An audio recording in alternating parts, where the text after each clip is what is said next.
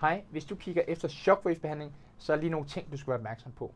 Er det fokuseret som de apparater, der står her, eller er det en radierende trykbølge?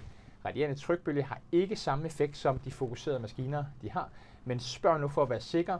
Det du kan kende en radierende trykbølge på, det er, at det er en metaltransmitter. Der er noget metal, som vil have kontakt til din hud, uanset hvilken type af skade du har.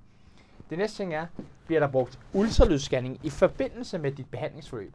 Hvis du møder en behandler, som arbejder med fokuseret shockwave, som ikke er ultralydsscanner, så risikerer du altså, at du ikke får den fulde effekt, alt efter hvilken teknologi de bruger.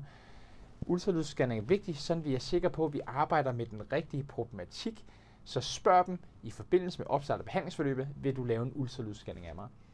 Den sidste ting, det er en myte, det er, at det skal gøre ondt, før det går godt. Ja, du skal kunne mærke shockwave, når du bliver behandlet, men det skal ikke være sådan, at du ligger oppe under taget og skriger, og det er fuldstændig ubærlig smerte. Du skal bare lige kunne mærke det, og så virker shockwaven. Det er ikke et spørgsmål om, at det skal gøre ondt, før det går godt.